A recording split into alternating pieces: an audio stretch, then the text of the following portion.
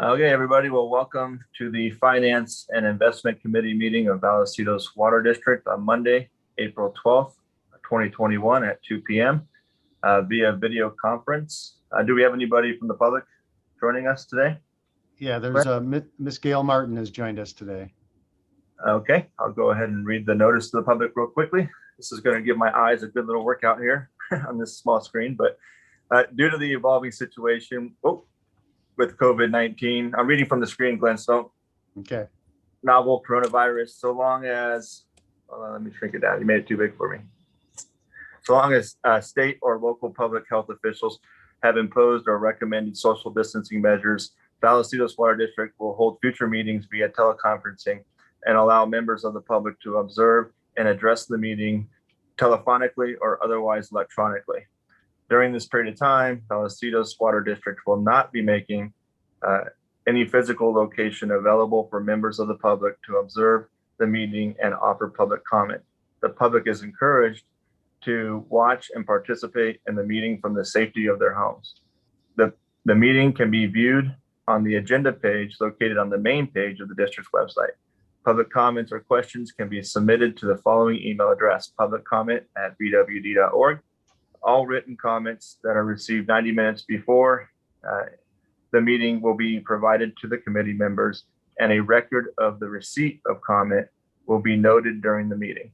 Members of the public viewing the meeting via Zoom video conferencing platform can express their desire to provide input at the appropriate time by utilizing the raise hand function. Additional instructions for online participation will be posted on the district's website at www.vwd.org/meetings. I'll go ahead with call us to order.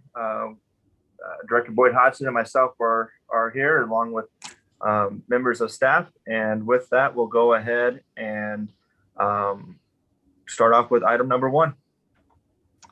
Yeah, so this is the next step along our journey towards a budget approval, which will be in early June. And today we're going to cover two items specifically related to the budget and one that's maybe tangentially related. And the first item is the preliminary salaries and benefits. And Wes is going to lead that discussion. And Wes just flew in from Florida this morning. So hopefully his brain is caught up with his body here.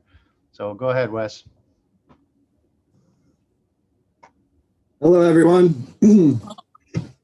Yeah, it's hopefully my brain has caught up with my body. I'm bad enough as it is on a normal basis. Now I got jet lagged, so let's try that.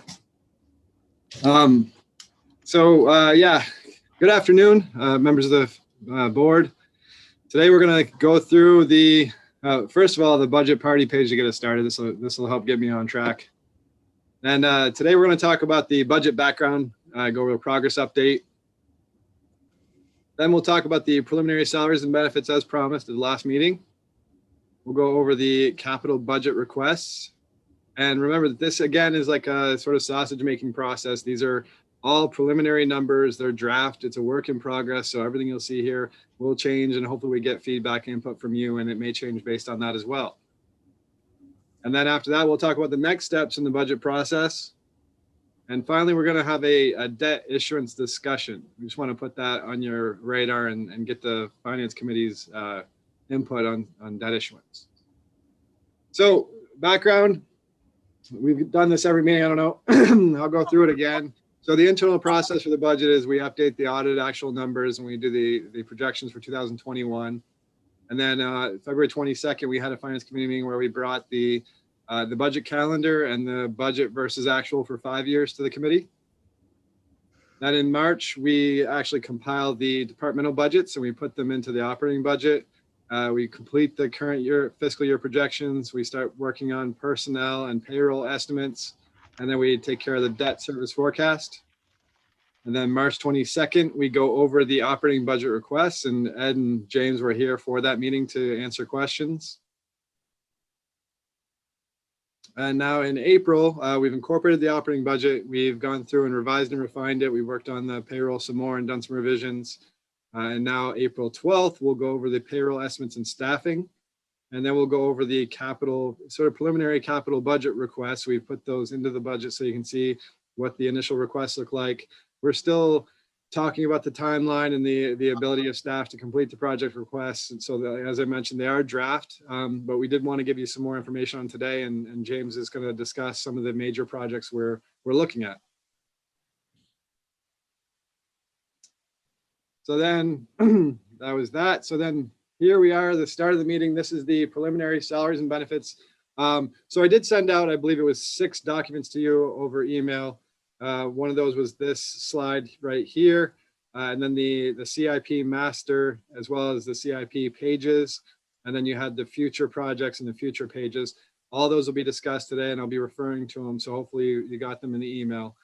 But to start with the preliminary salaries and benefits, here's the slide that I sent to you. And you can see the references to A, B, C, D, and then CB up here. So this is just so you can see what's being done in the calculation. I sent you the slide because in the budget, it doesn't have all the budget to the projected to budget versus actual, and projected versus actual. So this is actually for the presentation only. But again, these are preliminary salaries and benefits, and staffing levels are at the bottom. So if we start, we'll take a look at the projected versus budget. So how did we do budget 21 versus the projected to the end of the year? Again, we've only got 9 months of data. So we're basically taking 9 months and then multiplying by 12 to project to the end of the year. But looking at that, total salaries is actually under budget by $100,000. We budgeted 10.1 or $10.2 million, and we're coming in at 10.1 projected. And then total salaries and benefits is actually projected to increase by $58,000. And the major reason for that is the projection in the PERS. So there's an increase in PERS projected of $143,000. Next, it's worth noting that the projected versus actual. So we're looking at this year's projection versus last year's actual, 2020 actual. And the salaries are actually projected to be $300,000 lower than they were last year actually. The reason for that is just we've had a lot of turnover this year. We've had a lot of retirements, people leaving, and we're filling those positions with positions at a lower scale, or some of them are taking longer to be filled. So that delay is causing savings in salaries. And as you know, we scrutinize every position. So if someone leaves, we look at the position, see if there's a way to fill it. Any efficiencies can be gained or anything like that. So as I mentioned, that delay would save us in salaries. And then total salaries and benefits is actually projected to be $660,000 lower. And the reason for that is benefits are also projected to be $359,000 lower than last year's actual, because PERS is projected to be $180,000 lower. Main reason for that is because we paid off the $4.7 million in PERS this year, which caused a significant savings in our UAL payment. And the group insurance is actually $125,000 lower right below that. And that's because we pre-funded the OPEB, and we'll be getting reimbursed for our retirement medical expenses from the OPEB trust. So then the next thing I want to look at is the budget versus budget. So this is the big one. This is this year's budget versus last year's budget. How are we doing? And actually salaries are budgeted to increase by $182,000 or 1.79%. It's important to note that's only 1.79% because that increase includes the COLA of 1.9% and any steps that people may have gotten, as well as the funding of the AGM position for 9 months this year. And then the total salaries and benefits are budgeted to increase by $295,000 over last year's budget.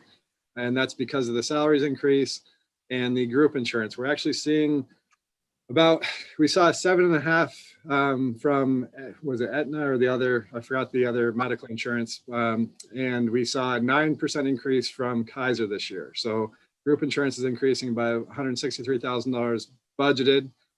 So that's what's causing the total increase of $295,000. Another thing I don't have circled that I do want to point out down bottom is our staffing levels. So you can see the number of staff by department down here. Hopefully you can see my cursor. And you'll notice that over the last, from 2020 to budgeted 22, it's been 108.75. So what that is that's our authorized positions. So they can be authorized and vacant, but they're authorized in total. So we have 108.75 total positions that could be filled for the district. And that's been the same for the last 4 years. So there's been no positions added since 2000, or not last 4 years, since 2020. But no positions added. And that'll be important in a minute because I have another slide I want to show you as far as staffing. So then that's the salaries and benefits summary page. I'll stop there to see if anybody has any questions about that. I'm still going to be talking about salaries and benefits because I have a few more slides, but if you have any questions about this, I want to give you a chance. Okay, Director Boyd Hodgson.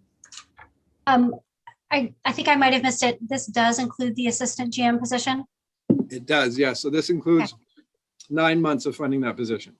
Okay. Does it also include a position called account analyst that we have discussed in the past as potentially something that there's value bringing back? It does not.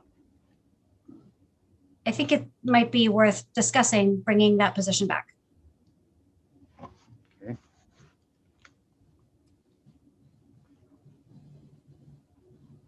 Hey, Glenn, I don't think it's a bad idea necessarily either. I'm not in favor of the assistant GM position at all, but I'm not sure how you're going to bring it back, or if you're going to, tell us, okay, if you're going to benchmark, what that position makes out there in the industry, and then, tell us what that's going to cost us to budget for that position. But if you can include in those options as, instead of bringing back an assistant GM, and so let's just say that would cost X amount of money. Well, I'm assuming this other position is going to be far less than an assistant GM position. So, kind of outline everything for us if we ultimately don't backfill the assistant GM position. How does that savings kind of offset this other position? Okay. I don't know if that made sense or not, but I think you got the gist of it. Well, yeah, I do. I mean, they would be doing very different things. So, and just maybe as a reminder or some background information for Director Boyd Hodgson, the AGM position's been vacant for over 3 years. It hasn't gone away. It's always been on the books, but it's been funded at different levels. I think in the last year's budget, it had 0 funding. Is that correct, Wes? That's correct. So this is just restoring funding for the previously approved position is what it's doing. And this, the account analyst, I believe, Director Boyd Hodgson, this is the position we've talked about recently with analyzing customer accounts, right? Is that what you're referring to? Yes. Yeah, so that's obviously a very, very specific thing in the organization, whereas the AGM would be general. So, but we can do that. We can certainly look at where we think the account analysts would be placed, do some, I wouldn't say a market survey, but we had a position years ago, so that would be a good starting point, and we can bring that information back at the next meeting. Yep, that'd be good. If we could see the salary and benefits overview again with neither position, the account analyst and the assistant GM, with both positions, and then maybe with just the account analyst position, just so we can kind of see what the percentage of increases are going to be on the budget. We can do that. Thank you. I'd also like to have a better understanding of the money that is paid out for directors and where that is budget versus actual. It's kind of hard to see that because I think it comes out of a couple of different places, but I would like to see that. I mean, to me, that's a logical place to cut. If we're needing money to fund critical positions.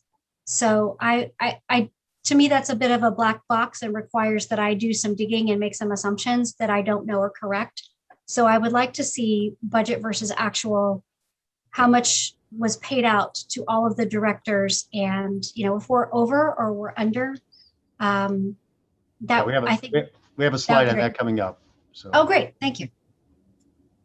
Yeah, so per your request, Director Boyd Hodgson, at the last meeting, you asked us to put together directors' salaries and benefits. So, Wes, it's really hard to hear you. Hey, I can't hear you, Wes. I wonder what's going on. Okay, how's that? Any better? That's better. A little bit, yeah. Okay, so yeah, per your request, Director Boyd Hodgson, at the last meeting, you asked for the director's salaries and benefits. So I put this slide together specifically for this meeting. So this is actually included in the salaries and benefits, but broken out here so that we can see exactly what the directors are paid on an annual basis. And it's the same format. We've got the actual for 1920, budget for 21. So we can see budget versus actual. And I'll just go through some analysis of that. It's important to note that this doesn't include the director's fees director's expenses for travel and otherwise. Those are actually in the budget. And I can present those as well and compile it if you'd like. I can tell you the pages and we'll go through it. And we'll actually go through it as we present the budget itself, the director's expenses. But these are the salaries. So this is actually director's fees, and it'd be found on the summary pages in the budget on pages, I think it's 14 and 24, but let's just go through it real quick. So the projected, so this year's projected versus the budget for 21, the director's salaries were actually budgeted to be $60,300. They're coming in at $3,800, so under $3,800 under budget. Reason for that, I got to assume, is mostly due to COVID. And you'll also see next to that, well, let's go to the total first. So total salaries and benefits is projected to come in at $3,000 under budget, even with a little bit of an increase in the group insurance there. And then you can see the projected versus actual for last year. So we're $14,761 under the actual for 1920 for this year. And that's mostly got to be due to COVID and not having as many meetings or travel.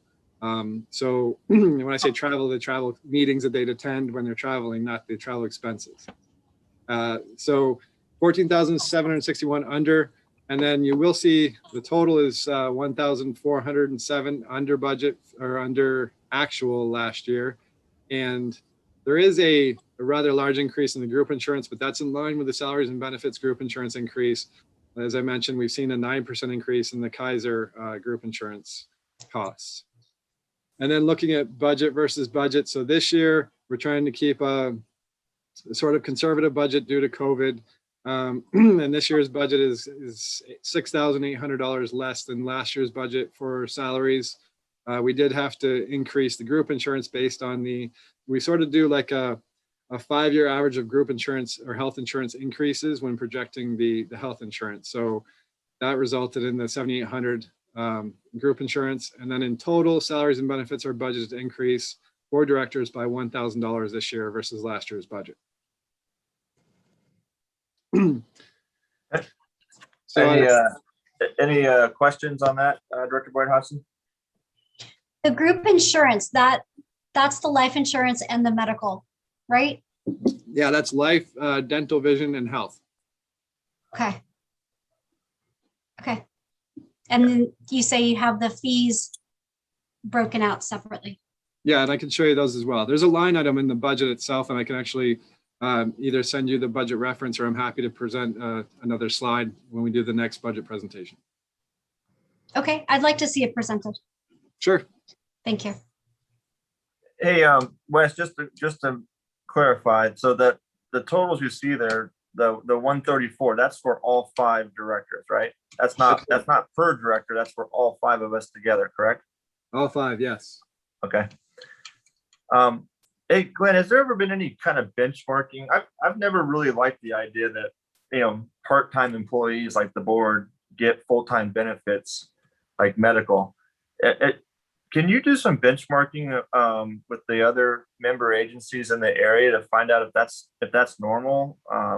It's such a significant cost, as you can see here, and I just don't. I don't know. I just never really liked the idea that they've never been thrilled with that policy. Yeah, we can do that. Rhonda's on the line with us. I don't know if she has any background. So Rhonda, do you know off the top of your head what other districts are doing with the director positions in terms of benefits and insurance?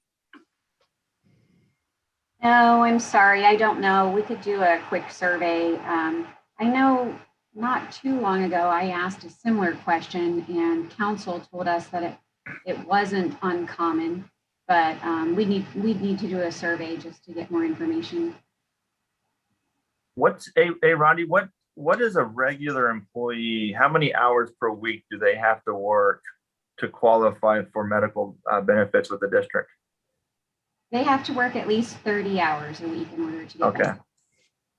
Okay. I don't think that there's board members working 30 hours a week. I mean, could be wrong, but okay. That's just something, if we're going to be looking for things to cut, I think that could be an opportunity to have a real sizable, make a sizable difference. So.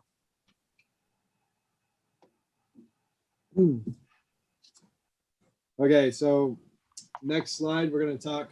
This is my colorful slide. I usually bring this to the budget presentation, but it's a Wes, special. your voice is going out again. I wonder if that's a computer issue. I'll just try to yell into the microphone. Yeah.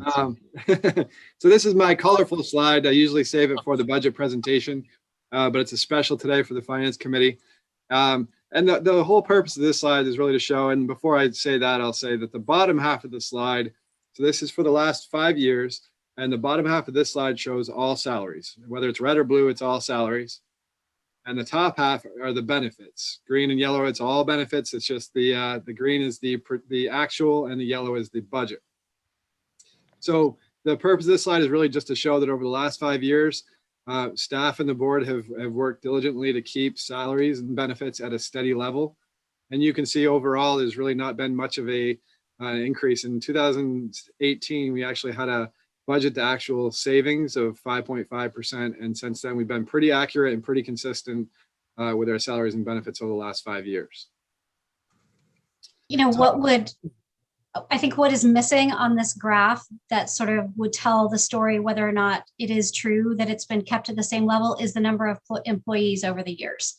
Because if we, if we had 108 employees in 2018 and now we have 99, then, you're asking folks to do,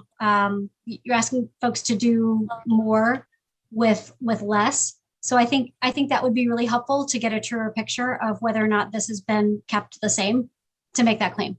And that's a great point and a great question. And hopefully I can show you this next slide, which has our full-time equivalents over the last 6 years. So, okay, good, thank you. So what this slide shows is our authorized. All right, here's something. So this slide shows our total authorized positions over the last 6 years since 2015. And the green part of it is authorized and vacant. So if we're either scrutinizing positions or people have left and we just haven't filled them, for example, the AGM has been vacant since 2018. You can see it was that one vacancy in 2018. But others might just be a timing issue where someone left at the end of the year and we hadn't filled it yet, or we were just contemplating scrutinizing the positions. So you can see that in 2015, we had 115.5 authorized positions. And that number has gone down. And it's really the way that it came down was in 2017, we actually eliminated 3.5 positions. And then again, in 2018, we eliminated another 4 positions. So there's 7.5 positions have been eliminated over those 2 years. And we've kept that consistent or steady for the last 4 years since 2018. We did add 1 position in 2020. But otherwise, with the number of customers increasing, the number of meters increasing, and the need for services increasing, we've been able to keep staffing levels at a really low level. So staffing levels are low. So, hey, Wes, Yep. you had me. I figured it out, but you had me confused there for a second. And so, when you say that I think you said 11 positions or 10 positions that changed or weren't. That we reduced basically. You are talking about the ones that were authorized and vacant, but if you just look at the actual filled positions, it looks like it's back in 14-15 it was at 111, and today, fast forward 6 years later, we're at 108. I mean, you're really only talking about an actual head count of 3, right? Yes. Okay. And then I got to imagine too that there's been a number, some, and maybe Glenn or Ed can talk to this more, but hasn't the district implemented a lot of new technology over this last 6-year period? That I seem to recall having conversations during prior budgets that some positions didn't need to be backfilled because technology now is basically doing their job. Yeah, I don't know if any of that applies in this time period. The district has certainly made investments in technology that have kept the staffing levels low. But in one of those, probably the biggest one would be our SCADA system. but that was implemented and rolled out well before this time frame. So, and something like that wouldn't have explained the ability to get by with fewer people. So, Ed, if there's anything on the operations side you can think of that would add to that. No, you're correct. SCADA has actually just kept it to where we didn't have to keep adding staff. It's allowed us to keep our staff pretty thin.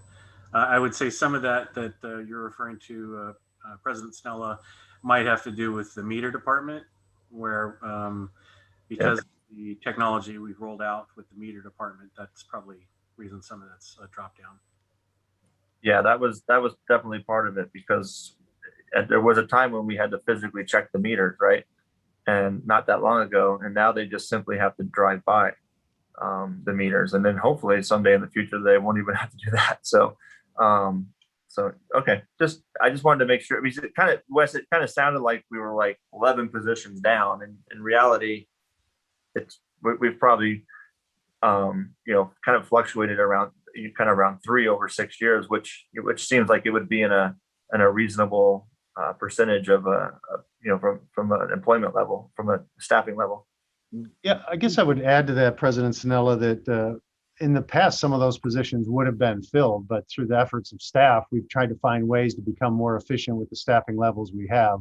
So we've been able to keep them unfilled, which helped bring the total body count down. But you get to a point where you kind of demand hardening. You've done what you can. You've maximized the efficiency of staff as much as you can. But at the same time, the demands on the organization continue to grow. We get more customers every year, more meters, more wastewater, more lines of water and sewer. So it's, I think we've done a really good job, and we'll continue to do that good job. But I wouldn't like to think of it as those green positions were never intended to be filled. At one point in time, they were budgeted and filled, and then over time, we've just found other ways to get things done. And I don't remember, I mean, and please correct me if I'm wrong, but I don't remember in recent years, 3 or 4 years, that Glenn, that you came to us and said, hey, the only position I can think of that you came to us that we didn't fill was the assistant GM. You did come to us for the asset management position, and we approved that. But I don't remember there being a position other than the AGM that you came and said, hey, we really need to bring somebody in, and then the board said no. Yeah, and I've never asked for the AGM to be filled since Tom left. This is the first time that it's in front of the board for consideration. Okay, but no other positions either. No, you're right. So I joined in 2016.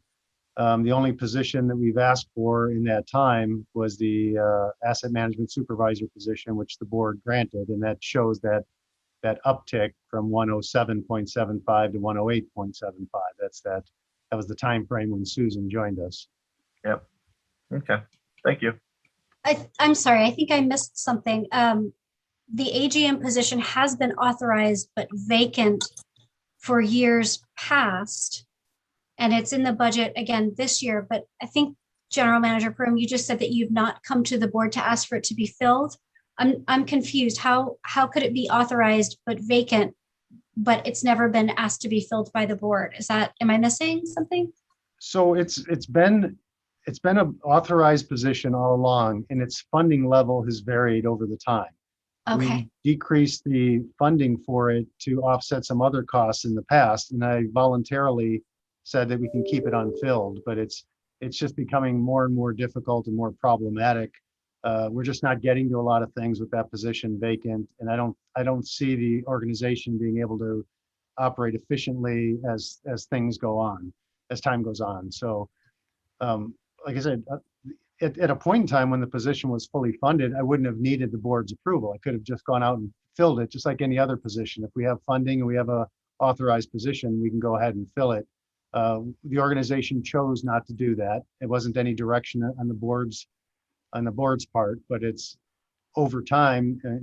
And I think this is the first year that we've had zero funding for it. I obviously can't fill a position when there's no funding for it. So we just want to let the board know that we're going to be putting money in to be able to fill that position. It's somewhere near the beginning of next fiscal year. Okay, thank you. That was the piece I was missing. Thank Yeah, you. Okay, so that's the salaries and benefits. Tough to hear you, Wes. Like every time I start, it's low. It needs to warm up, and then maybe I'll get. I don't know if it's Yeah, my voice or the microphone. It's not getting louder this time, though. Uh-oh. Now it is. Okay, so all warmed up. I'll just say Yep. testing at the beginning. There you go. So that's the salaries and benefits presentation. So from there, we're going to move on to the capital budget. And this one again, since it's new for Director Boyd Hodgson, I want to sort of give an introduction to it so that we can follow along. This is the draft capital budget page. I know the writing's kind of small, but I just want to kind of walk you through the components of it and how it links to the other documents that were sent to you, such as the CIP master. The CIP master is the other document, and that's like the index of all these projects, right? So there are probably, I didn't count them this time, I want to say 75 total projects that we have there, something like that. So we have an index of all of those, and each one has its own page that looks like this. Mhm.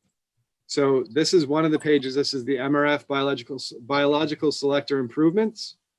And each page, each project has its own page, which has the title at the top. Then it has a description of what the project is. Then it has another section where it shows the project manager. We assign a project number to it, the department in charge of the project, and the funding source, so where the money is coming from. In this case, it's Fund 250 or reclaimed. If it were capacity, for example, it'd be Fund 120 or Fund 220. If it were replacement, it'd be Fund 110 or Fund 210. The next section is a description of the project, why it's needed, and the effects it'll have. And then down at the bottom, we have the project spending plan. So this talks about what years we'll spend the money in for the project in total. And it goes actually over 10 years because we have 5 years of spending plus a thereafter, and that thereafter allows us to do a 10-year long range forecast. So for this project, for example, it has a total project amount of $1,575,000. And of that, $1 million we spent in fiscal year 2022. Below that, it shows the fiscal year 22 budget request. There's a decrease shown here of $125,000. It just means that last year we had budgeted 1.7 million, and this year we're decreasing the amount needed for the project. And then finally at the bottom, and I don't know if I have another arrow, looks like I don't, there is a project timeline that just shows when it was approved, when the planning will start and end, when the design will start and end, and the construction, and then the final completion of the project. So that's what the project page is made up of, and we have one, as I mentioned, for each project. So let's see how that feeds into the CIP master next. So the CIP master was the 2-page document that had a lot of numbers on it. And it actually had page numbers 34 and 35 in the document. I've broken that out into 4 different sections so we can read it in the presentation, hopefully to try to make it bigger. So this is page 34, the top left. It's just the existing projects from last year in total. So you'll see all of these projects, it says carryover projects, and they have page numbers 36 through 76. They all have project numbers and titles, and you can see they have a previous budget amount for all of them. So now breaking this page down, first thing I want to show you is the biological selector improvements that we just showed, that page. If you look at the arrow here, you can see it's page 47. So this would be an index of all the projects. If you ever want to know where a project was, you could look at the title here or by project number, find the page and go reference it, or vice versa. So then the previous budget, so the projects being carried over in total, but their total budget from last year was 84.9 million or $85 million. And then the next column shows the amount expended or projected to be spent by the end of fiscal year 2021, and that's 17.2 million, and that's just on the existing projects from last year. Now those projects have not been completed yet and will be worked on in the upcoming years. So then they have a carry forward balance of 67.7 million. And then and that's using the previous budget. So if we need any increases or decreases in those projects, that'd be a new request. So the next column shows new requests in total were $5 million. So, and then looking at those new requests, I like to go into what were the major new requests for the year. And we work with engineering, talk to them about what they're requesting. And this is where James will probably hop in and talk about, for example, the Meadowlark fail-safe rehabilitation Buena Reach has a new request of $1.8 million. And then the other major project has a new request or major new request is the 16-inch emergency bypass pipeline rehabilitation. And then the third one would be the ductile iron pipe condition assessment of $695,000.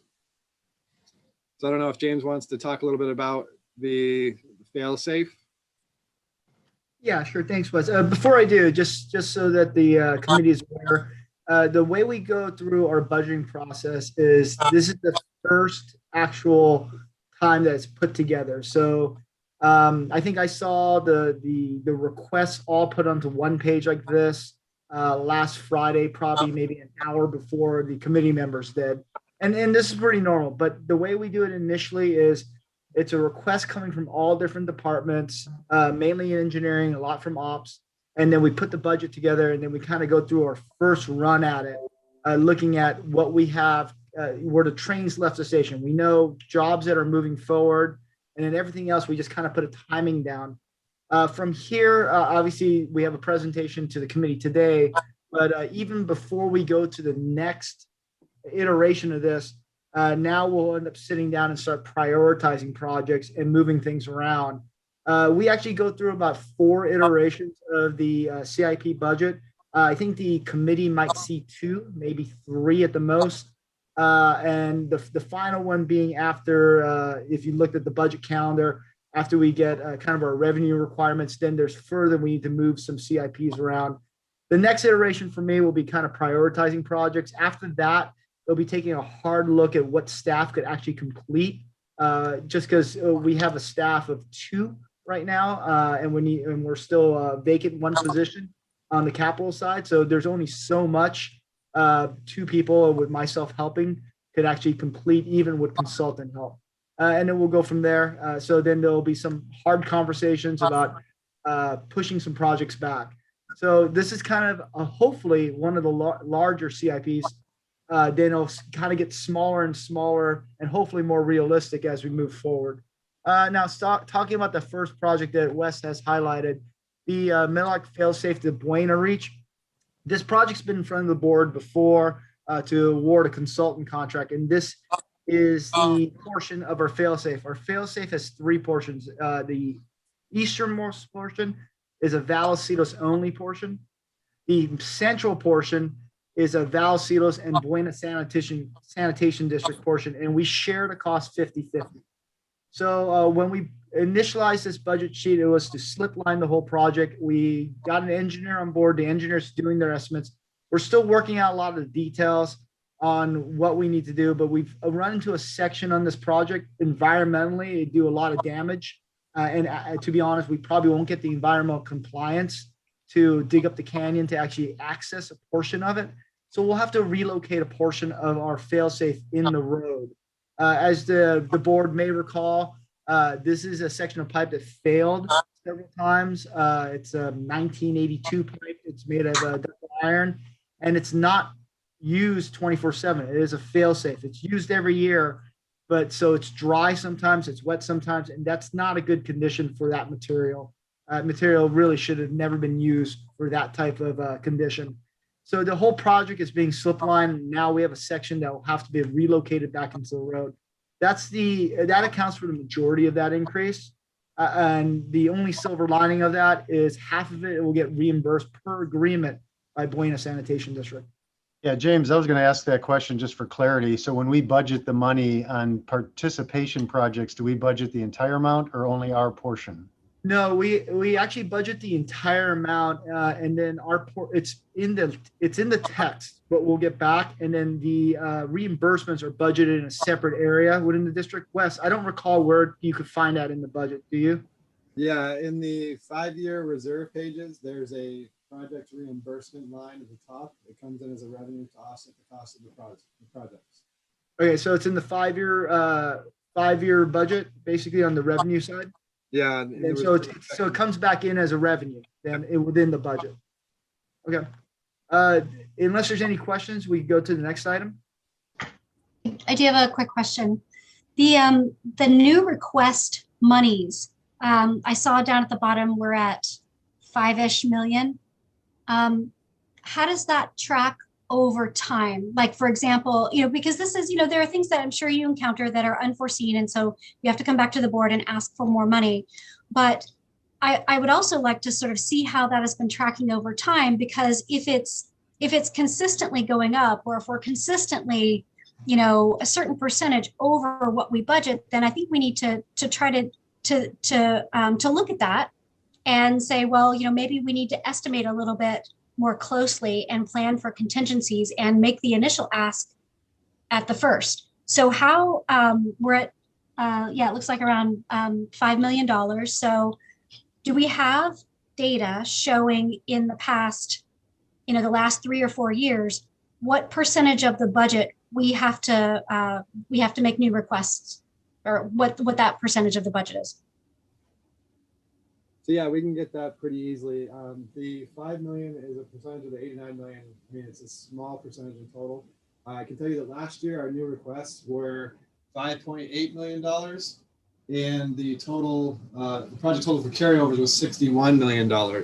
So the new requests have gone down in total, but the number of carryover projects is up. So and the way you really want to look at it is individual projects and the need to change the budget, like on the 16-inch emergency. And James just explained it, but it's it was 1.8 last year. We're increasing by 1.2.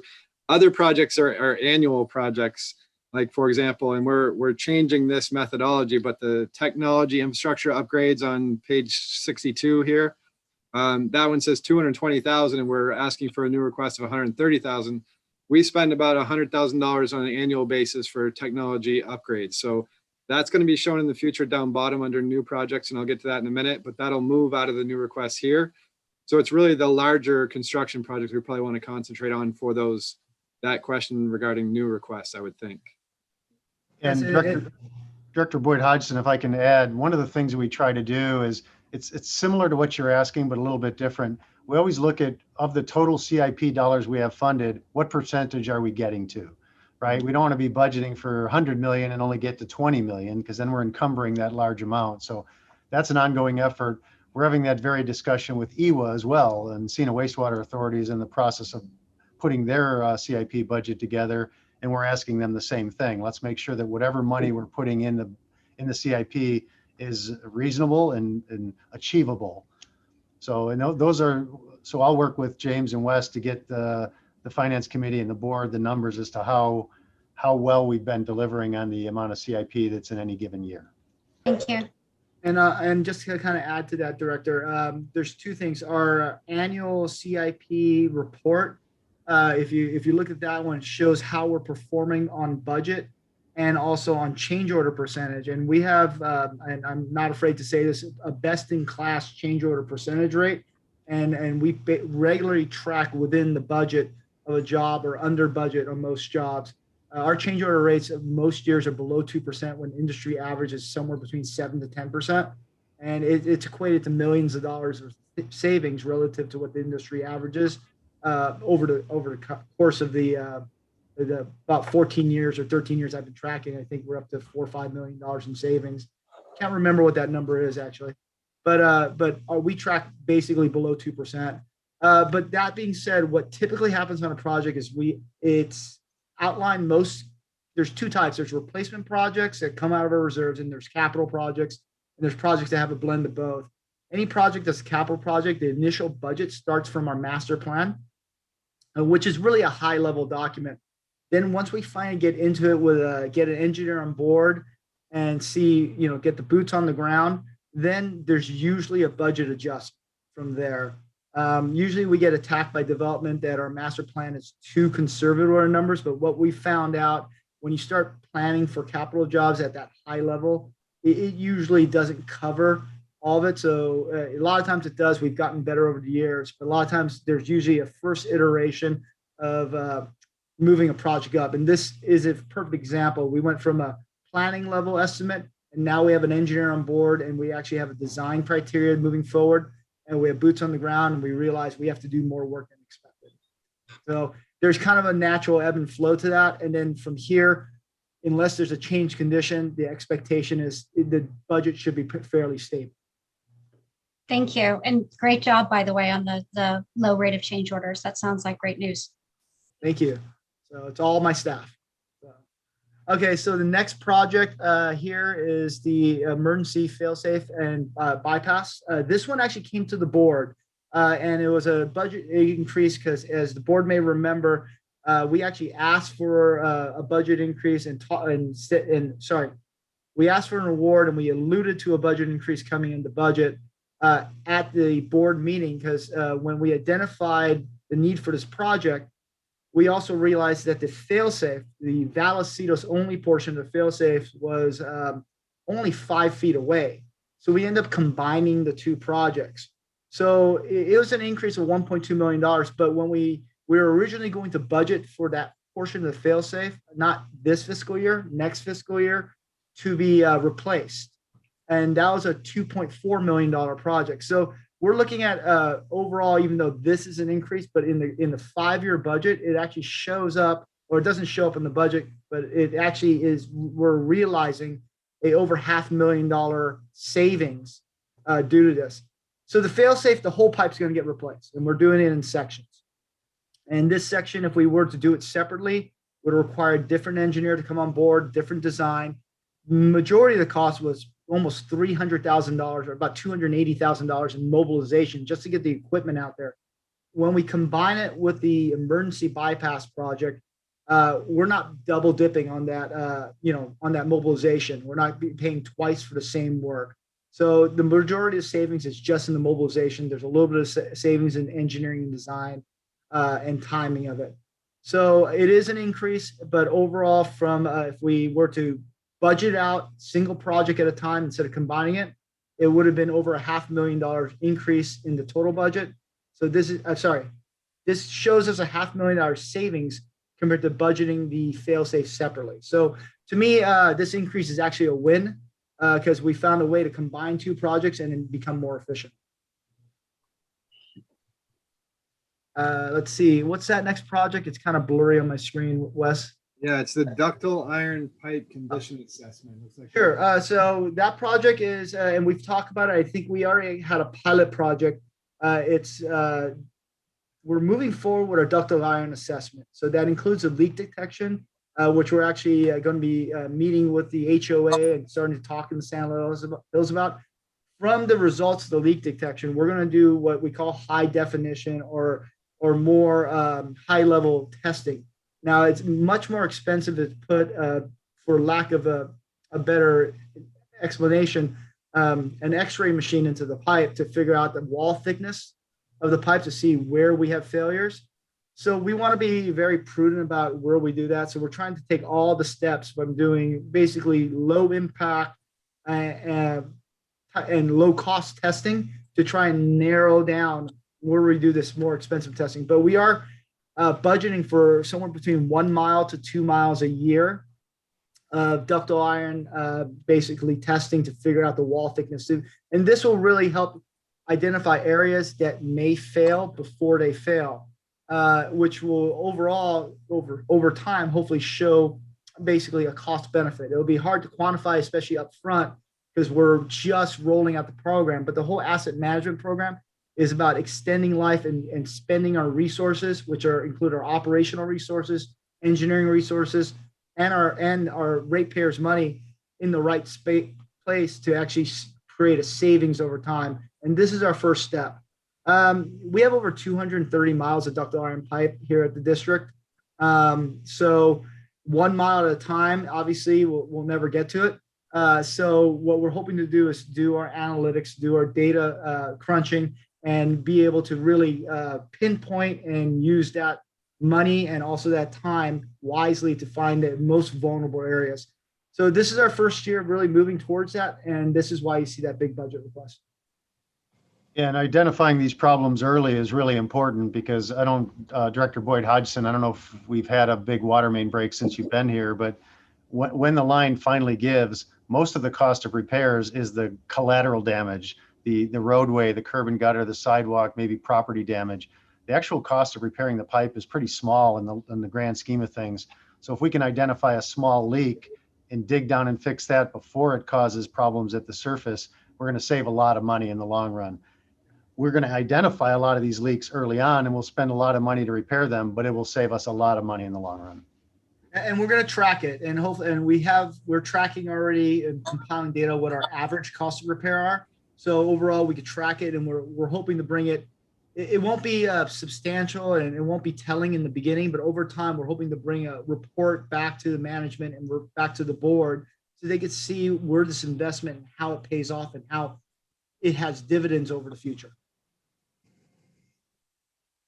So unless there's any questions on those, is there another one, Wes? Nope, that's all those. We'll move on to the 5-year spending plan next. So the next page is going to be, it's still page, well, this is actually page 35 at the top. It's still the carryover projects, but it's the 5-year spending. So this is page 35 at the top on the right-hand side. I left the project numbers and names there, but you can see the spending from 22 all the way through 2031. And what I want to point out here, and stress, is that while this is showing a 5-year spending plan, and our budget may show 2 years or 3 years with estimated, during the budget process and upon approval, the board is only approving 1 year. So it's always just 1 year of spending. So it's important to look at the $23.4 million here at the bottom. That's the fiscal year 2020 capital expenditure budget. And last year that amount was 16.9 million. So there's been a $6.5 million increase this year. And that's mainly as a result of a few large projects we have, like the Montiel lift station and force main replacement. And then we have the City of San Marcos Creek District Phase 1. And then we have, and James already talked about this one, the 16-inch emergency bypass and the Metal Arc fail-safe rehab, which we already talked about as well. So really, we just want to probably take a look at the Montiel lift station. So James, if you want to give us some more information about that one. Sure. And I'm sure Ed will chime in here too if I get anything wrong, but Montiel lift station was a temporary lift station that was put in 1984 or 1985. It was basically only supposed to last a few years, maybe 5 years or something like that originally, when I look at the original documentation on it. It doesn't suit our needs. Operations staff has done a great job putting Band-Aids on this pump station over the decades instead of the years to keep it from spilling sewer into the environment. And it's just become time. There's some development on that side of our district. There's a hotel that's going to be going in. There's the new Mission 15 or Nordal 15 division that went in right at the corner. Basically, it's that apartment complex that went in right on the 15 South to 78 West on-ramp. That's just right adjacent to that corner between the two freeways. And that's putting a lot more pressure on that pump station. So staff looked at many different options of looking at trying to get rid of that pump station, to sewer to Escondido, try to make a deal with Escondido. None of that ended up working out. The problem with this pump station is it's really 4 jobs. There's an inlet sewer that needs to be upgraded and replaced because it's made out of ductile iron and it's Swiss cheese, and the videos we have from it confirm it. The pump station itself is not sufficient. It's not large enough. It's hard to maintain. It is a constant worry area or a high maintenance area and a potential liability area that our operations staff stays on top of to make sure it does not become a realization, at least the liability doesn't get realized. And then it's got a force main. That's the third project. I said 4, so that's the third project that needs to be replaced. It's undersized and it's corroded because, again, it's made out of ductile iron and it's a pipe that's wet with raw sewer and then dry and open to the atmosphere at times when it's not pumping. Unfortunately, then the sewer line goes through the Nordal Shopping Center. And if the committee members are familiar with that shopping center, it has Kohl's, it has Walmart, and then it's kind of anchored at the end by Costco. So it is a very busy shopping center, and our sewer line happens to be 12 foot to 15 foot deep in that, and it needs replacement because it's undersized. So this project, what we did was we combined basically 3 of the 4 projects. We're replacing the inlet line, we're upgrading the pump station, and we're making a longer force main into the Nordall Shopping Center. And that longer force main into the shopping center, we could put it only at 4 foot deep and actually save money instead of digging up the gravity sewer, which is 12 to 15 foot deep. So that project has been on a to-do list for a long time. We tried to find other ways to get around it. At the end of the day, this project is a ops priority to move forward. So we're moving forward with it now, with it scheduled to go into construction next fiscal year. So unless there's any questions on that, I can probably go to the next one. And the next one would be the City of San Marcos Creek District. Great jobs, yes. So as the committee members are there, or anybody who lives in San Marcos is aware, the City of San Marcos is undergoing a major project along the creek. Part of that project, unfortunately, and in conjunction with our agreement with the city, is when they do CIP work in their public right-of-way and our facilities need relocating, we are responsible for that cost. And that's pretty normal. You know, if the city of Carlsbad relocates facilities, it's their streets, we're in their streets.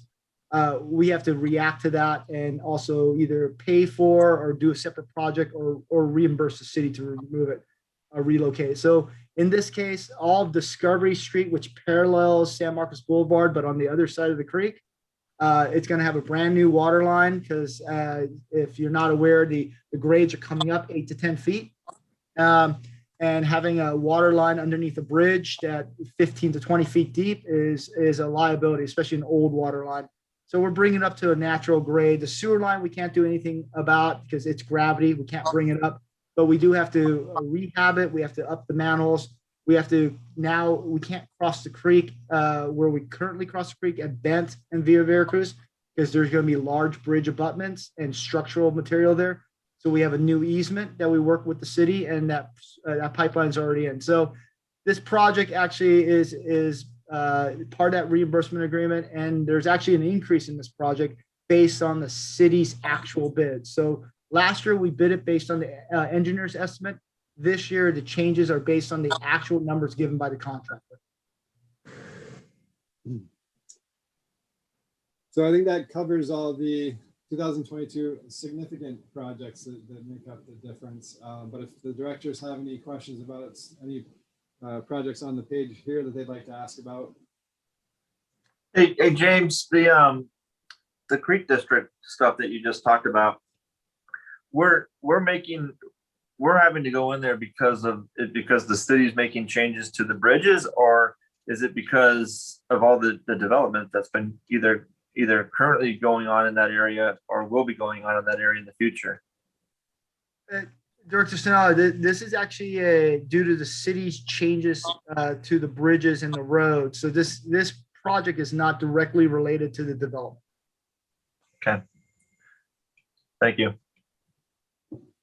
I have a question about the line 75, or I guess that's page number 75, the update of the restrooms to ADA compliance. Does Vallecitos have a mother's room? We do Where not. Okay. We have areas of the building that we designate for like mothers who are nursing, if there's anything like that. So there are areas, but I don't believe we have any dedicated restrooms for that purpose. It wouldn't. Okay. I think, as you know, we think about the kinds of employees that we are hoping to attract over the next few years and diversifying our workforce and knowing that we're going to have a lot of openings. I think it's worth talking about having something put into place that is not a bathroom, because no one likes to eat where they go to the bathroom, but a place where people could go who are nursing, who need to pump, and a place where they can store breast milk, like a small refrigerator. You know, just in my own experience working in corporate America, I found that a very a small gesture to that helped me feel more welcome as a nursing mother. So I think it's worth talking about that. And I know that it's not exactly related to updating the restrooms to ADA compliance. I know that that's a separate issue, but it sort of prompted me to think about asking that question. I don't think Rhonda's still with us. I Oh, think yes, she is. She just joined. Okay, As soon as there she she heard is. me talking about it, she joined. Yeah, Rhonda, can you explain what accommodations we do make? Yes, thank you. By law, we have to have an area that women can nurse in private. And it can't be a restroom. It can't be part of the locker room. So we have kind of moved it a couple times because we were doing other, not enhancements, but changing other things in the building. But we do have a designated area that complies with the law. It's private. They can lock the door. It has a refrigerator. I'm trying to think what else it has. But we do try to make it as comfortable as possible. And we have some nursing mothers on staff who have taken advantage of that in the past. That's really great to know. And it's got electricity. Yep. Okay, great. By law, it has to have electricity, it has to have a refrigerator, a place to sit, private. I'm sure I'm missing something, but we do have all that.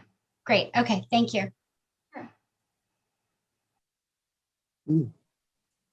Okay, so if we're done with this page, we'll move on to the next next slide is going to show the bottom of page 34, which is the new projects. So these are the new requests this fiscal year.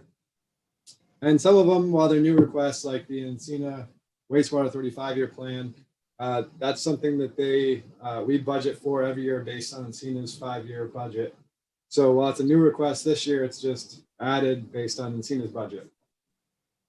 And what I want to show you, this is, so all these you'll note, they don't have a previous budget. There's no previous amount spent. There's no carry forward because they're all new requests this year. So this is like the initial requests that are put in. So if we have any questions about them now, we can talk about what they are, what they do, and then we'll be doing, as James mentioned, reiterations of this and looking at what we can actually accomplish and we'll have for the final budget. This is just the draft.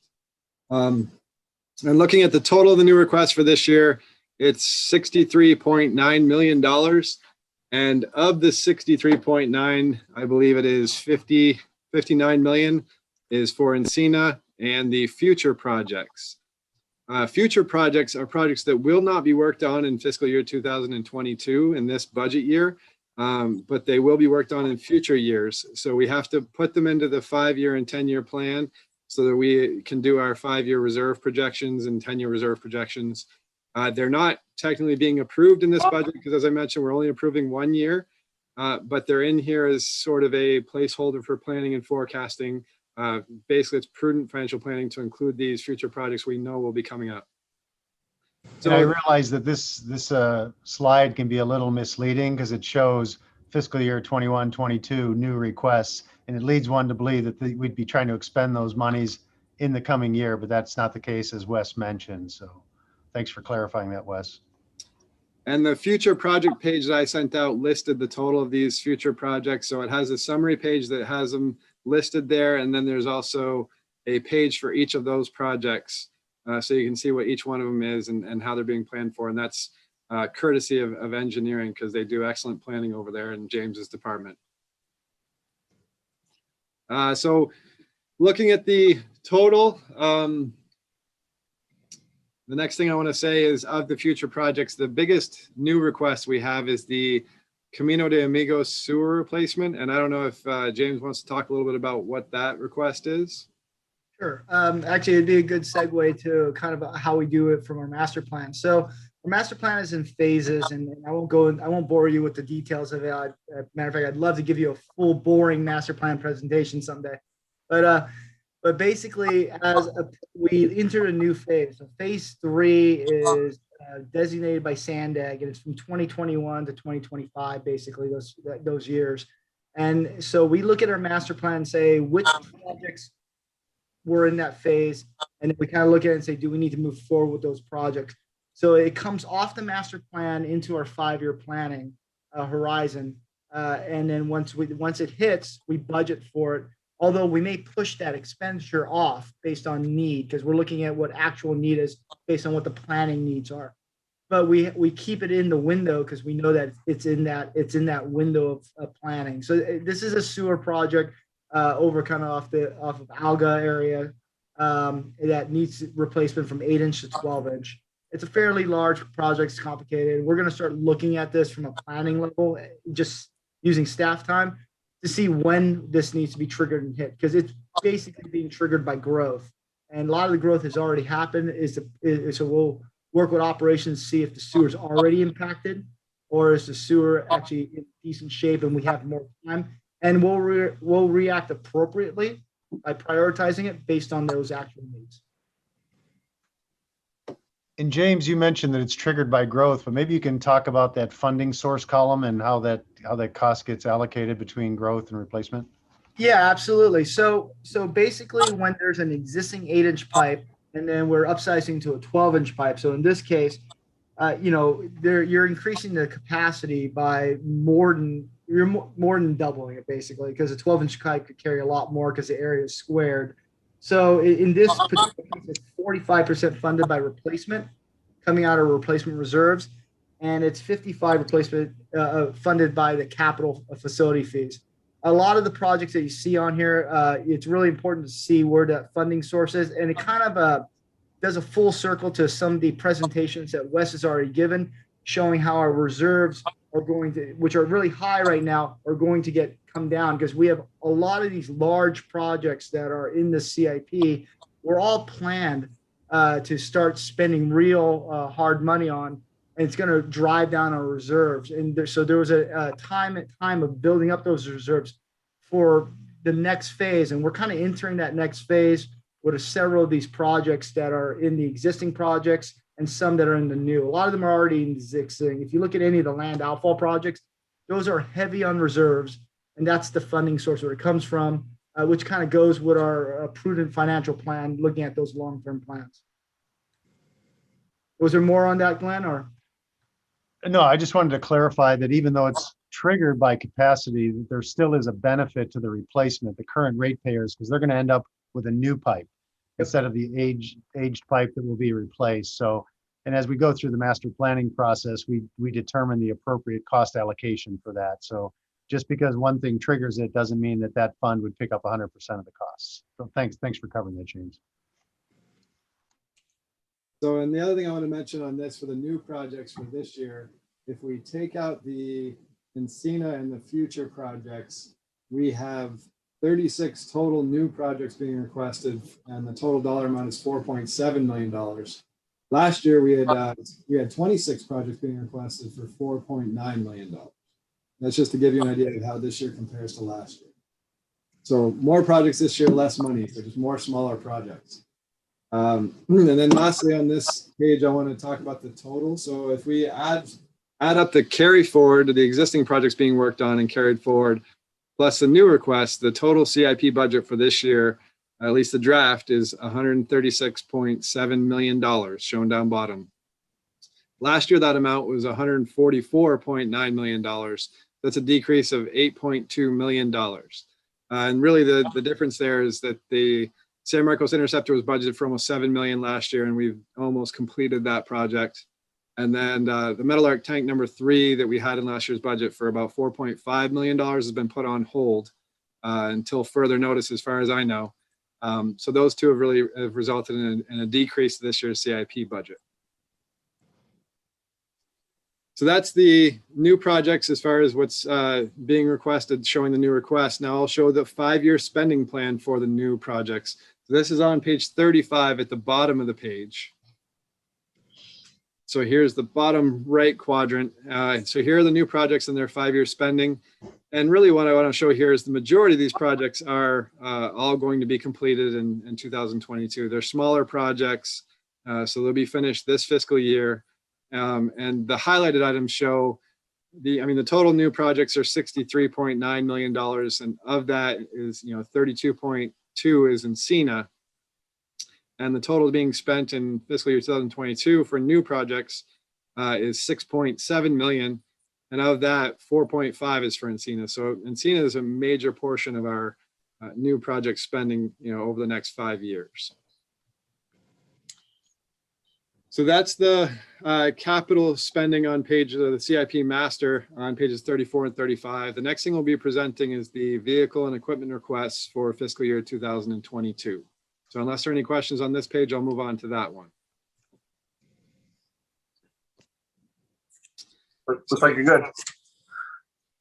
So here are the vehicles and equipment requests for fiscal year 2022. And we can see, so this shows all the vehicles we'll be needing and small mobile equipment that we needed by the different departments. So it's summarized by water ops, for example, engineering, construction. So it's by department. And then there's a column on the left that shows the vehicle number. So if it's an existing vehicle that's being replaced, we have the vehicle number there. And then what is replacing it or being requested to replace it. And the total for the vehicle and equipment requests this year is $662,000. Last year, that number was $881,000. So there's a decrease in the requests for this year compared to last year of $219,000. But to highlight the major components of this year's request, we have 2 large construction vehicles in the Kenworth T370 truck with service body at $230,000. And then we have a vacuum excavator being requested at $165,000. And I think Ed can tell us a little bit about these 2. I think he's here today. Oh yeah, I'm still here. So the Kenworth T370 truck with service body, those are the really large utility trucks that you see going out to main breaks, replacing water lines, service lines. They also roll out for any sewer line issues. So they're the ones that carry all the tools that we require to use out in the field for all the construction work that we do. The existing truck has about 130,000 miles on it, a lot of hours runtime running equipment that's on it as well. The good news is we don't have to replace the tools that are on it, or this budget would be much higher. But we do have to replace the truck and the service body. They're just essentially worn out, over 10 years old. We've gotten our use out of it, and it's getting to where the repairs are getting pretty expensive. So time to replace it. So the other one is the vacuum excavator. Yeah, this was actually in the current year's budget, but when we went through as management and the board last year and made the cuts for COVID, this is a piece of equipment that we pushed out another year. So the existing vacuum excavator, we have 2 of them. This one was already on its last legs last year, but we've limped through.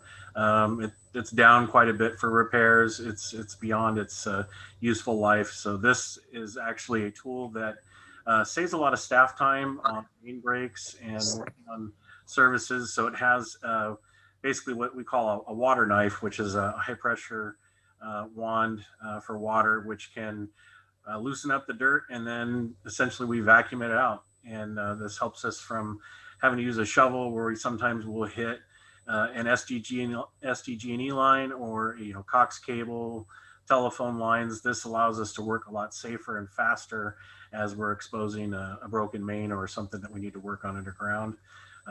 Very valuable tool and needs to be replaced. So that's the total for the vehicles and equipment. If you have any questions about other items on here, we're happy to answer those as well. The trucks, the Ford F-150s and the 250 and the 550. When we look to buy new trucks, do we explore electric vehicles? Are there electric vehicles that we could be looking at? I think the answer to the first part of your question is yes, we look into it. And the second part is unfortunately no. Some of these larger vehicles, the electric market just hasn't caught up with it yet. And we anticipate that it will in the coming years, but for right now, they're just not there. Mm-hmm. Yeah, that's unfortunate. So that concludes the capital presentation. Next, we'll move on to the next steps in the budget process. So April 26th should be our next tentative Finance Committee meeting if your calendar allows for it. And at that meeting, we're proposing to have a tentative cost of service study update as well as a debt issuance discussion. So based on what we get out of this meeting, as far as the debt issuance, we're hoping to have the financial advisors and possibly bond counsel at the April 26th meeting. Then in May, we will complete the reserve projections for the 5 years and the 10-year consolidated. And then we'll put together the first draft proposed budget, and we'll be reviewing that and revising it and refining it. And then on May 3rd, we want to have it's listed here as a finance committee meeting, but we're contemplating doing and based on what the committee thinks as well, a full board workshop on May 3rd. We think this might be a good idea, given that we have 2 new board members, to get everybody involved.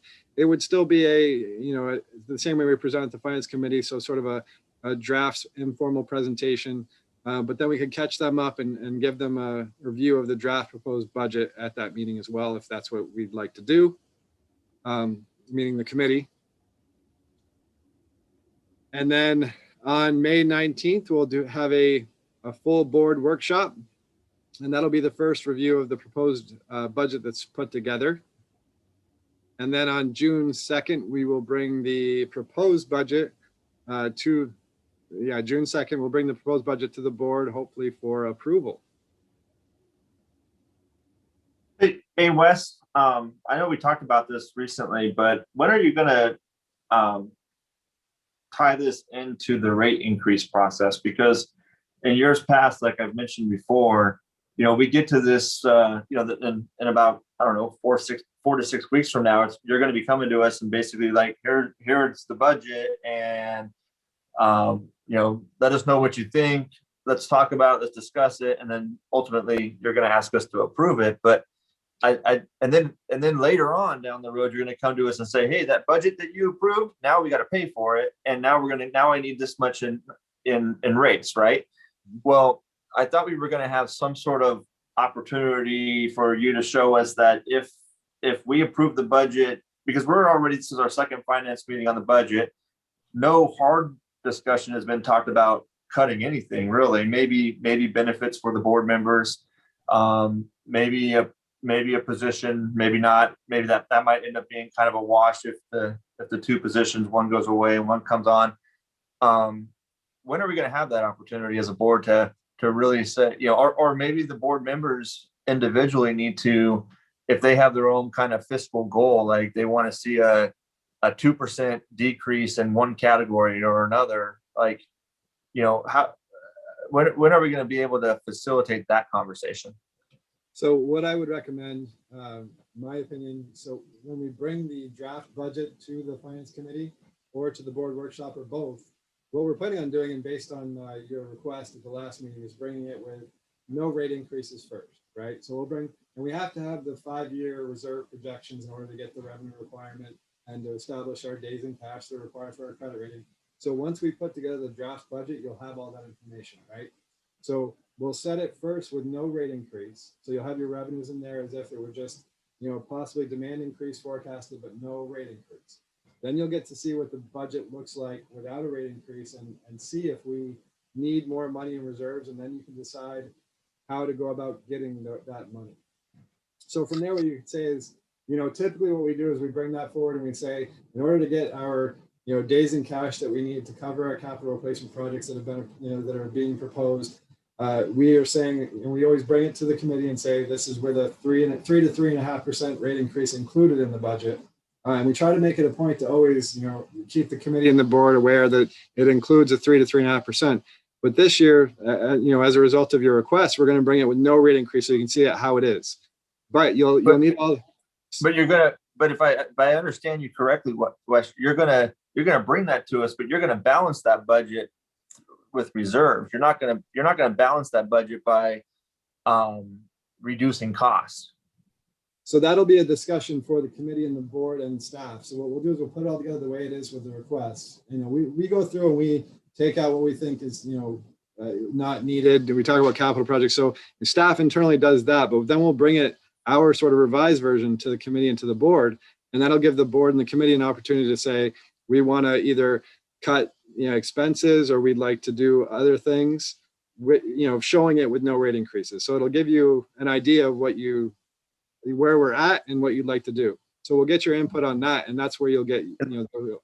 I like it because at the very least, it sounds like, I'm just throwing a number out as a hypothetical, but let's just say you come to us and say, in order to do no rate increase, you need to use $3.5 million of reserve money, or you need to find $3.5 million in the budget and cut it. Yes. So at least we'll have the dollar amount to know that what, do we buy, fewer paper clips this year than we did last year, or whatever it might be. Right. I like And that that's too. Yeah, I'm completely on board with that. And I like the idea of going through and saying, really, are you really budgeting $30,000 for a website redo? I mean, is that really what we think it's going to cost? So that we can pick and choose where we can potentially cut and find a balance to reach a no rate increase level. And those are the questions that we ask internally over and over again as we're going through the process. But I think it's a good opportunity for the committee and the board to ask the questions themselves so that we can have that discussion, and hopefully it'll give you'll feel like you had more feedback on how the rates were set. And on top of that, the next meeting on the 26th is for the cost of service study update. So the purpose of the cost service study is to develop a model that we can actually do with the budget process. So and hopefully in future years, once we have a solid model that works with the budget, we can put the revenue requirement into the cost of service study, do the rate allocations, and give you a better idea exactly how it applies to the customers.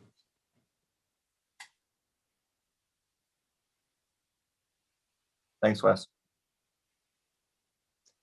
Yeah, and I think in any given year, there's certain things we could do, but maybe at the next meeting, we can have a clearer discussion about the external costs that we have to absorb.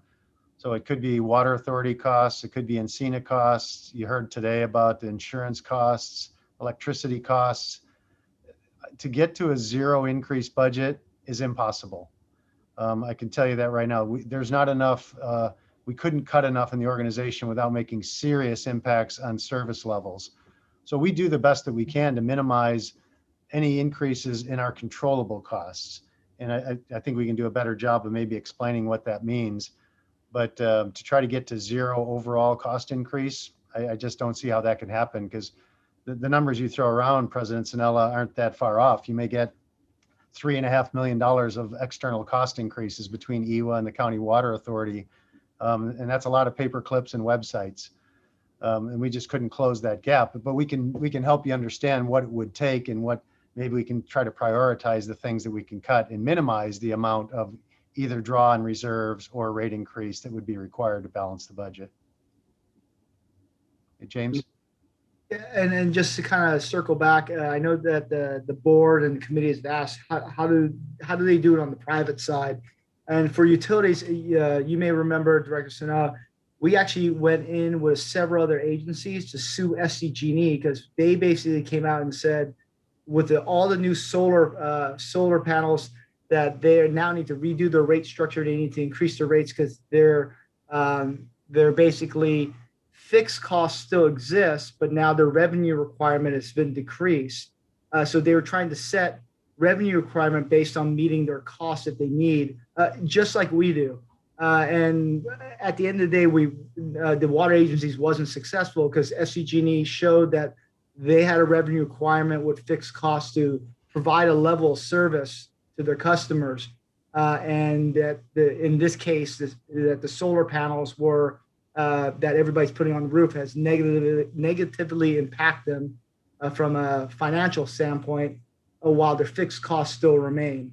And I think we have similar challenges similar to that, although luckily we don't have a profit incentive like SCG&E does.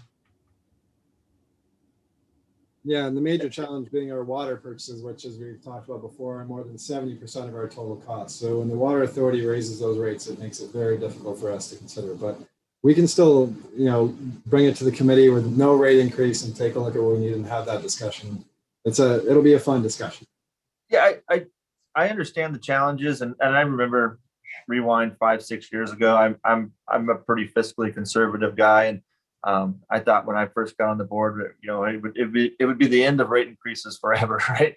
If I had my way, and it was a naive, you know, thought at the time, and certainly, you know, I'm much more informed today than I was when I first got on the board. But having said that, you know, I mean, it in years past, it just seems like there's a real quick jump from here's the budget and then here's the rate increases. And I think that we need to focus a little bit more time and have some more discussion around, you know, do we really need to have that F-150?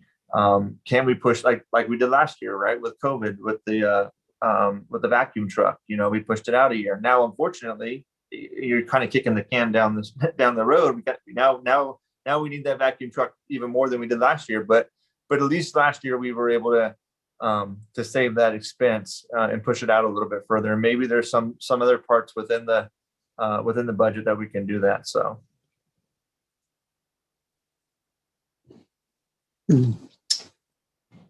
Okay, and yeah, we're definitely happy to have that discussion. So that's the end of the budget calendar as far as the next steps goes. I guess we kind of wanted to get the committee's feedback on whether we should have a full board workshop on May 3rd. I don't know if we want to have that discussion now. Yeah, I'm fine with that. If Director Boyd Hodges doesn't have any issues with it, but I'm okay with that. So the question is, do we have just a regular committee meeting or do we have the full board in attendance? Correct. Is that what we're deciding? Yeah, that's kind of what we're asking. And my recommendation would be that it would be a full board. It would not be at a board meeting. It would be a workshop dedicated towards budget discussions. It may or may not happen on May 3rd because I don't know if the rest of the board members are available that date, but it would be probably that week, assuming the schedule's worked out for us. So we have a different dynamic this year, right? We have a couple of new board members, one of which is on the finance committee, one of them which isn't. And I think there'll be some more interplay and interdiscussions with the board members because of that new dynamic. So I'd like to get all the board members involved a little bit early. Otherwise, the rest of the other 3 board members only get one look at it, which is I think on May, I forget what date it was, May 19th maybe, before they're being asked to approve the budget. And that's not much time. As you can tell, there's a lot of information here. So we think an extra board meeting workshop would be helpful. I think that's a good idea. In preparation for that meeting, can we have the most of the line items in place? And can we see what the budget would look like with 0 increase? Can all of that work be done by that meeting? I will do my very best with my staff. I just want a little bit of clarification. You said a budget with no increase. You mean no increase to rates or no Yes. increase to the Yes. budget amount? Okay. Yes. Rates. Okay. Okay, we can do that. Oh yeah, so it'll be a draft proposed budget brought to that board workshop, and you'll get a copy of it before the meeting. So then moving on, the next topic is the debt issuance. Wes, can we pause real quickly? So we have 2 members of the public. Neither one has their hand up. I just want to acknowledge that we're ready to move on to another aspect of the meeting and to see if anybody had any comments to make, but I don't see anybody. So I think we're okay to move on. Just wanted to point that out. Go ahead, Wes. So as the committee knows, we've had a few discussions both in our approved fiscal year 2021 budget. In fiscal year 2022, in that budget, we had $10 million of planned debt issuances or a placeholder for that because it's not approved in last year's budget, but it was in there in the 5-year plan. We've also talked about it. Trying to remember, we talked about the finance committee last time. I think we discussed the possibility of issuing debt. In fact, the rates are at a record low right now. So staff has begun discussions with our financial advisors and our bond counsel and looking at our options for debt. The other thing I wanted to mention is it's also part of our capacity fee plan. The capacity fee model actually has debt in 2023, but it has it at, I think, 6% interest over a 20-year period. So at this point, if we were to get debt a little bit earlier, but at a 3.75 to 4% rate, and possibly over a longer period of time, we could lock it in longer at a lower rate, and there could be significant savings to the district. So we started these discussions with the financial advisors and our bond counsel, and what you're seeing here is a sort of just an high overview of the schedule for debt issuance to give you an idea how long it takes and the steps that are done. And it's actually a 5 to 6 month process, and the rates officially wouldn't be locked in until about month 4. So this is something that we just wanted to bring to the committee to possibly bring the financial advisors and bond counsel to the next finance committee meeting to discuss our options and what we've looked at so far. Yeah, and since we're doing this in advance in anticipation of these experts coming to a meeting, we just wanted to solicit any input that the finance committee members may have so that our experts could be better prepared to provide answers at the meeting. So, You know, go ahead, Director Boyd. oh, sorry about that. What I think would be really helpful for me is having sort of a long vision of, yes, you're asking us to sort of approve a micro step in the process.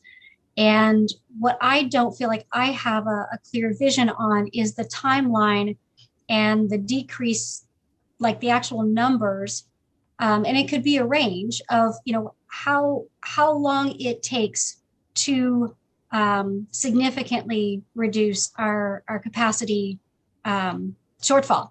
So I think, I understand that you're asking this, but to me, this is a micro step that you're asking me to approve in absence of having a big picture. And I think it would be really helpful to know what that big picture looks like and sort of what the goal is that we're working toward, as opposed to, sort of seeing only the trees and not being able to see the forest. So Director Boyd Hodgson, I apologize for that. The purpose of this was just to kind of give the committee a sort of a heads up that we would like to bring the experts in the next meeting to give you more information and specifically address those issues. So we're starting to look at how that's going to, when we, if we issue the debt, what projects will be funded, how it'll, actually fill the capacity shortfall, and, what types of debt, the savings on the payments. We're starting to look into those numbers now, but we don't have anything really put together for the committee. We didn't want to blindside you to the next meeting and bring someone and say, hey, they're going to talk about the debt issuance. So this is really just kind of an information item. Okay, understood. Thank you. Yeah, and that's helpful to get that feedback so we can share that with the experts and have them try to help formulate or, frame the discussion that we're going to be having. And for me, Wes, I'm okay with meeting with the experts. I don't, admittedly, I'm not that familiar with this whole debt process. I don't think we've gone through this process since I've been on the board. I know that we have issued debt as a water district prior to my time on the board, and I know that we probably are currently servicing that debt. But I would need to know a lot more about what that means. What are some of the pros and cons? What's it going to cost? If we don't issue debt, then what does that mean? And what is that going to cost? What options do we even have an option to handle it in a different way? Those are all the types of questions that I'm going to have, just because I'm not that familiar with what it means to issue debt, other than the fact that I know we sell bonds and then we get the money and then we use the money to pay for things, and then 20, 30 years of paying that back. And that'll be in every budget for the next 20 years, that debt service, right? And so is there a better way? Is there a different way? And I don't know.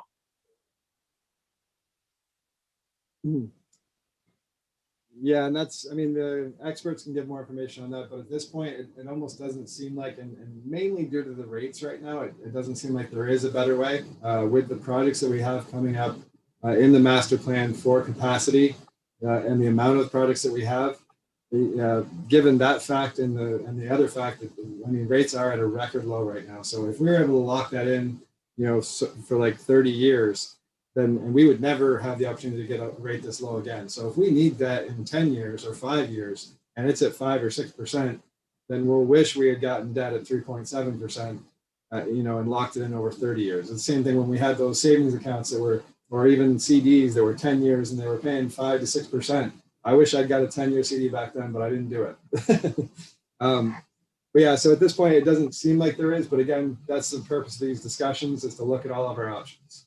Yeah, no, I appreciate that. I'm open-minded. I understand that this is a tool that governments use fairly regularly to kind of close gaps in their budgets and pay off debt and stuff like that. But I just don't know enough about it. So I guess we go through the process and we get educated as we move forward.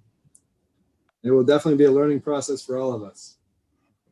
And President Sinella, Gail Martin does have her hand raised. Okay, I'm ready for public comment if you guys are. Okay. Ms. Martin, go ahead. Can you hear me? Yes, ma'am. Yes, I would like to ask that while you are looking at all these different options, that you closely look into adopting resolutions of intent to incur debt, to make that a part of your schedule. Okay. And secondly, I would like to please ask that for the board meetings in general, committee and board meetings, that we, the ratepayers, also get any and all financial components so that we can have a chance to review them and also more easily follow along when you guys are having your discussions. I don't know if you noticed, but I dropped out and had to come back in. My Zoom froze and I was not able to follow the conversation at all. Rebooted my computer several times and finally had to come back online via the phone. So I just wanted to please ask that you share all the financial components and documentation with us ratepayers at the same time that the agenda is made available. Thank you. Thank you. I have a question because I'm not sure that I understand. You know, I believe these presentations aren't shared publicly, but the information that was sent to us as board members, the 6 documents that were sent to us, the salary and benefits estimates and the other information we've been looking at, was that shared publicly? It was not. We can make it available. We could post it on the website so that the public can track all the steps in the budget process. Do we have a policy or an ordinance that says, you know, what we talk about during the meetings, what must be shared publicly? I don't believe we do. Okay, thank you. I think it would be important to note that these are working papers as well as we go through this, so that they can't be referenced. You know, they're not approved budget documents. They'd be preliminary or draft budget documents. Sure, thank you. Okay, Wes, anything else? That concludes the presentation. Okay, President Sinella, turn it over to you. Otherwise, we'll be preparing for the next Finance Committee meeting. Okay, if Director Boyd Hodgson, or do you have anything else that you want to add before we adjourn? I don't. Thank you for the presentation and the information. I know it's a lot of work to put this together every time that we meet, and I just want to express my appreciation. And I appreciate your patience with me as I try to mount the learning curve, because it is significant. You know, there's a lot of moving parts, a lot of documentation. So thank you for putting it together. You're welcome. And I'll echo those thoughts of appreciation as well. Thank you, Wes, and everybody else that was involved, and thank you to the members of the public who joined us for our Finance Committee meeting this afternoon. And I look forward to continuing this discussion in the weeks to come. So everybody have a wonderful evening, and we're adjourned.